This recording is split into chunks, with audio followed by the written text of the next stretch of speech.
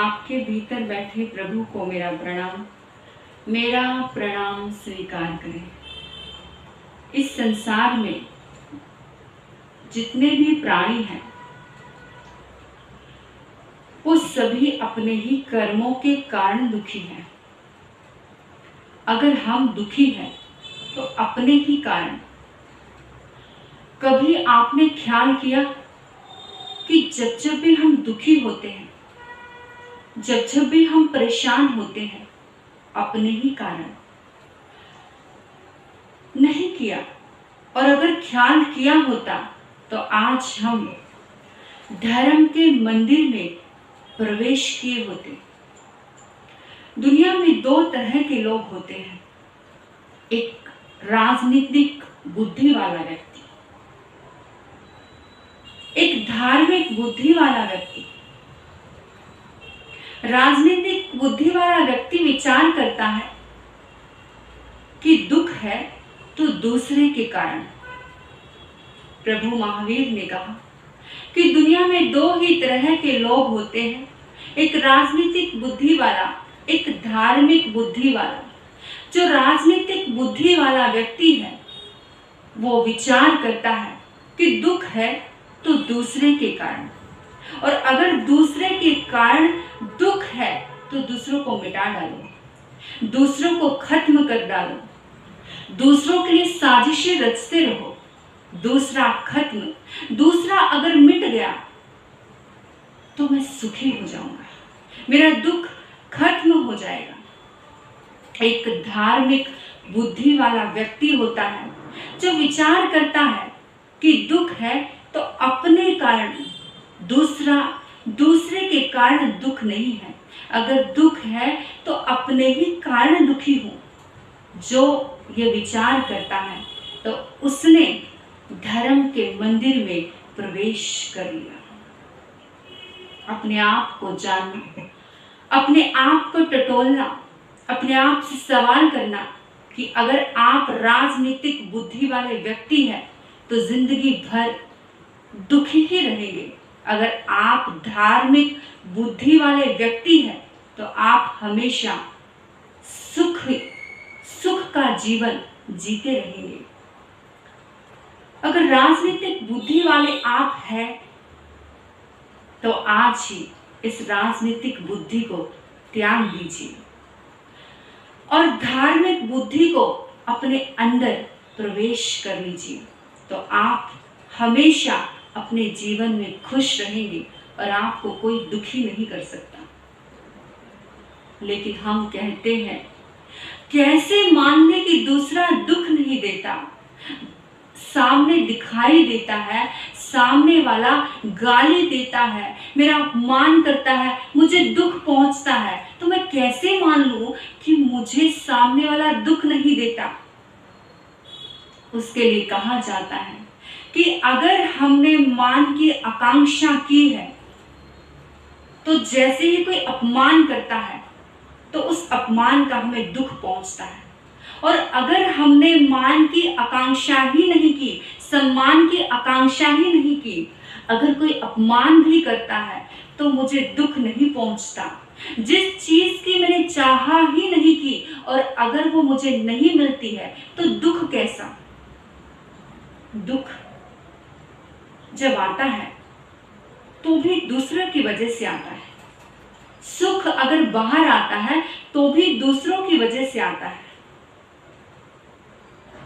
और अगर दूसरे की वजह से दुख बाहर आ जाए तो उसका धन्यवाद करना, क्योंकि अगर उसकी वजह से दुख बाहर नहीं आता तो हमें पता ही नहीं चलता कि हमारे भीतर कितना दुख है। लेकिन कहा जाता है कि दुख दूसरे की वजह से नहीं है, वो आपके भीतर है इसलिए बाहर आता है। निमित्त, वो मात्र निमित्त है, दूसरा मात्र निमित्त है। और भगवान महावीर स्वामी ने कहा कि निमित्त हमेशा निर्दोष होता है, और भगवान महावीर स्वामी ने निमित्त शब्द का बहुत उपयोग किया। निमित्त शब्द बड़ा ही अद्भुत है। शायद ही किसी दूसरे धर्म में निमित्त शब्द का उपयोग हमने सुना होगा, लेकिन महावीर ने निमित्त शब्द का उपयोग किया कि निमित्त का मतलब है कि निर्दोष, कि कारण जैसा दिखाई देता है लेकिन कारण नहीं है। सामने वाला दिखाई देता है कि दुख दे रहा है, लेकिन वो मात्र निमित्त है, उसका दोष नहीं है। इसलिए महावीर ने कहा कि इस दुनिया में जितने भी प्राणी दुखी है वो अपने ही कारण दुखी है, लेकिन कहा जाता है ये कारण उसके भीतर कैसे पैदा हुआ, ये कारण उसके भीतर कैसे प्रकट हो गया। तो प्रभु ने कहा अपने ही कर्मों के कारण, जो उसने पिछले जन्म में जो कर्म किए उससे उसकी आदतें निर्मित हो गई। उसने पिछले जन्म में जो भी कर्म किए उससे उनकी आदतें पैदा हो गई, और उस पिछले जन्म के कर्मों से उसका चित्त बन गया। और ये जो चित्त है, ये जो हमारी आत्मा है, ये हमारे अनंत अनंत जन्मों के संस्कार है। इंसान अगर दुखी है तो अपने ही चित्त के कारण दुखी है। इसलिए महावीर ने कहा कि अगर आप राजनीतिक बुद्धि वाले व्यक्ति हैं तो आप जिंदगी भर दुखी ही रहेंगे, और अगर आप धार्मिक बुद्धि वाले व्यक्ति हैं तो आपको कोई दुखी नहीं कर सकता, क्योंकि हमारा चित्त, हमारे संस्कार ही हमको दुखी करते हैं। अगर आपको भी जिंदगी भर सुखी से जीना है तो आपको राजनीतिक बुद्धि को त्यागना होगा और धार्मिक बुद्धि को अपने जीवन में लेकर के आना होगा। दो पति पत्नी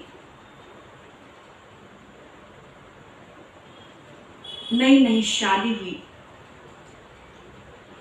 और शादी के होने के बाद ही पति ने अपनी पत्नी के नाम पर बैंक में 4 लाख रुपए जमा किए, और जैसे ही 4 लाख रुपए जमा किए, 1 या 2 महीना ही बीता होगा तो पत्नी ने कहा कि मुझे तुमसे तलाक चाहिए। किसी बात पर कोई झगड़ा हो गया कि मुझे तुम्हारे साथ नहीं रहना, मुझे तुमसे तलाक चाहिए।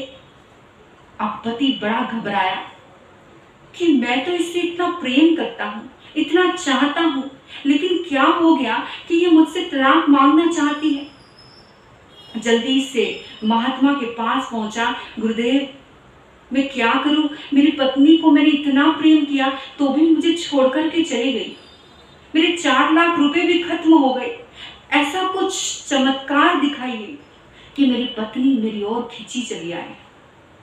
गुरु ने कहा, उस महात्मन ने कहा, छोड़ो पत्नी को, तुम दूसरी शादी कर लो, पैसे तो वापस दूसरी बार भी कमाए जा सकते हैं। उसने कहा नहीं। गुरुदेव ने फिर कहा, फिर महात्मा ने कहा कि तुम सच सच बताओ, तुम्हें पत्नी चाहिए या पैसा चाहिए? पत्नी को छोड़ो, मैं ऐसा चमत्कार दिखाता हूं कि तुम्हारे पैसे तुम्हारे वापस तुम्हारे पास में आ जाएंगे। उसने कहा कि मुझे पत्नी से कोई लगाव भी नहीं है, मुझे पत्नी से कोई प्यार भी नहीं है, मैं तो पैसा ही चाहता हूं कि वो आए, उसके साथ साथ मेरा पैसा भी वापस लौट आए, और जैसे ही मेरा पैसा वापस आ जाएगा मैं पत्नी को छोड़ दूंगा। मैंने पत्नी से कभी प्यार भी नहीं किया। देखिए, ये इंसान राजनीतिक बुद्धि वाला व्यक्ति है। ये धोखा पत्नी को पहले से ही दे रहा है, और उसको लगता है कि पत्नी धोखेबाज है, पत्नी मुझे दगा दे रही है, पत्नी मुझसे तलाक चाहती है, मैंने उससे इतना प्रेम किया तो भी मुझे छोड़कर के चली गई है। ये राजनीतिक बुद्धि वाला व्यक्ति कभी अपनी जिंदगी में सुख नहीं पा सकता। इसलिए कहा, प्रभु महावीर ने इस बात पर बहुत जोर दिया कि अगर इंसान अपनी जिंदगी में दुखी है इस दुनिया में जितने भी प्राणी दुखी हैं तो राजनीतिक बुद्धि के कारण और अपने ही कर्म के कारण दुखी हैं। इसलिए अपनी जिंदगी में धार्मिक बुद्धि का उपयोग करें और राजनीतिक बुद्धि को त्याग दें। आप हमेशा सुख में रहोगे। आपने मुझे इतने मौन और शांति से सुना, मैं आपकी बहुत आभारी हूँ। अंत में आपके भीतर बैठे प्रभु को प्रणाम